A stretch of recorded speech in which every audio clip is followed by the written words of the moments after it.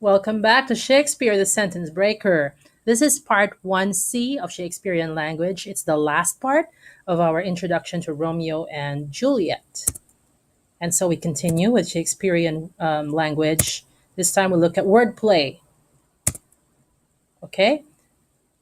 And Shakespeare uses a lot of this strategy. We call it puns. Now, a pun is a play on words that have more than one meaning. Here's an example from a scene between Mercutio and Romeo. Mercutio is Romeo's best friend. And one time when Romeo was really feeling down, Mercutio told him, "Borrow Cupid's wings and soar with them above a common bound." So when you say bound, it can have two meanings. I'm sorry. One is to leap or to reach heights, to soar. After all, he has Cupid wings and he can go anywhere. He can soar to infinite heights. But the opposite of that, when you say bound, it also means you are tied, you are limited, you have barriers and boundaries. So which is it? That's the irony of Romeo's situation. He comes from a powerful family and he can do anything and be anywhere, be with anyone, and thus he can leap. But he also feels the pressure of that power, the responsibility, and so he's limited to one place, and his choices are limited. Okay, so that's an example of wordplay, and here's another one. This time we look at a scene from Act Three, scene scene five. This is between Juliet and her mother. Pay attention to the double meaning. Are you up? Who is it that calls? It is my lady mother. Is she not down so late or up so early? What unaccustomed cause procures her hither? Why, how now, Juliet? Madam, I am not well. Evermore weeping for your cousin's death? What? Wilt thou wash him from his grave with tears?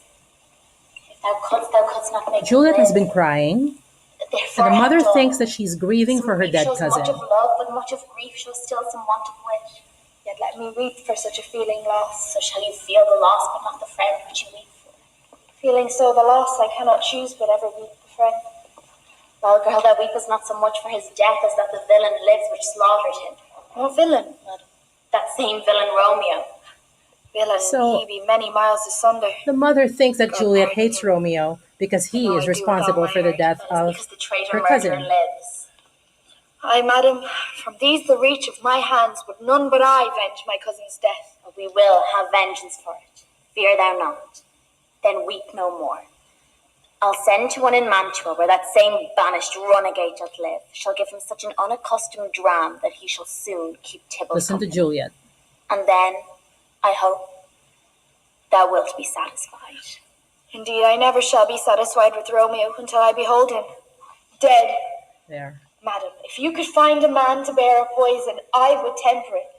So the mother thinks that Juliet hates Romeo, but in reality, Juliet longs for Romeo in spite of her knowledge that Romeo killed her cousin Tybalt. Okay? So she was leading up to that, telling her mother that she's in grief. Yes, she's crying, she's in grief, but not because of the death of her cousin, but because Romeo is banished and she probably will not see him again. That Romeo, upon Oops. Okay, let's continue. So another one of Shakespeare's word plays is metaphors, and we're familiar with that. It's a play on words in which one object or idea is expressed as if it were something else, something with which it shares common features. So it's an exchange of identities between two concepts or ideas or things or people that are not normally related, but that's how a metaphor works, putting new meanings and identities to something else. Here's an example from one of the most beautiful and famous scenes from Romeo and Juliet. This is the first time that they meet, and let's see what metaphors we can pick up from this scene.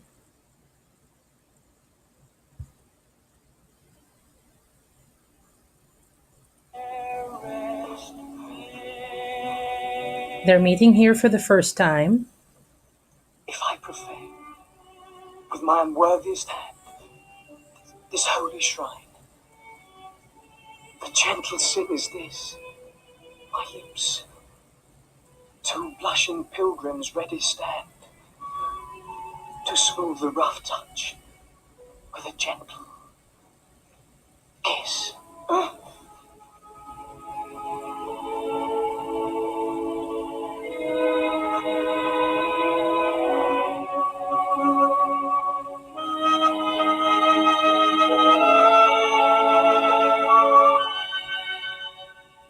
Good pilgrim, you do wrong your hand too much. Which mannerly devotion shows in this? For saints have hands, the pilgrim's hands do touch, So Juliet is a saint. and palm to palm is holy Juliet palm. is the saint is a metaphor for Juliet, Have not saints lips and holy palms too? I, pilgrim. and Romeo Lips is the ministers pilgrim in who prayer. goes and worships the saint. Oh, then, So dear the saint, pilgrim is a metaphor for Romeo. let lips do what hand. And well, that ends our introduction to Romeo and Juliet, part one, Shakespearean language. We had parts 1A, B, and C. And now it's your turn. And for your performance task, you will be making your own screencast of part two, Shakespeare's life. Who exactly is Shakespeare? What has he done? Where did he live? What made him famous and all that? And then part three, Shakespearean theater. What was it like in Elizabethan times when Shakespeare's plays were really popular? You will do that, and these are the instructions. Just read that on your own. You can pause the video so you can read it. So, just like what I did, you will do a screencast. So, those are the instructions.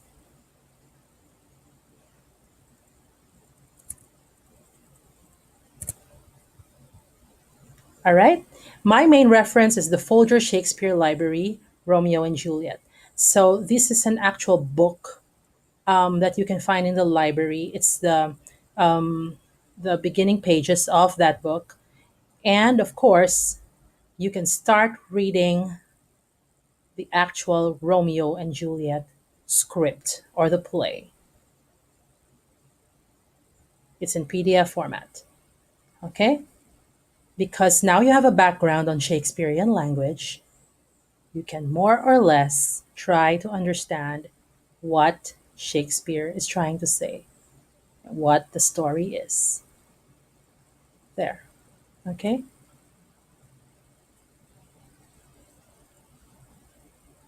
So, of course, if you have questions, you can email me anytime.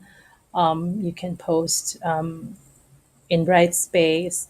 All the quizzes and all the assessments and all the performance tasks, all other instructions you will find on Brightspace. So always open your bright space, your valiant space, so you know where we are, you know what you're going to do.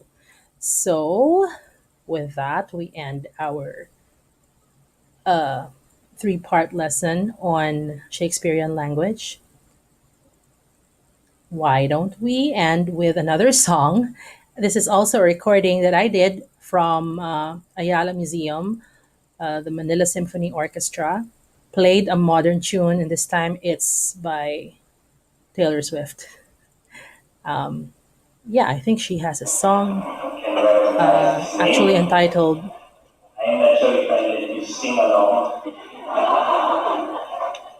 but this is Romeo and Juliet. also a song inspired by the story of Oh Romeo no, and love Juliet. story, love Let's story. listen to this arrangement of Taylor Swift's Love Story.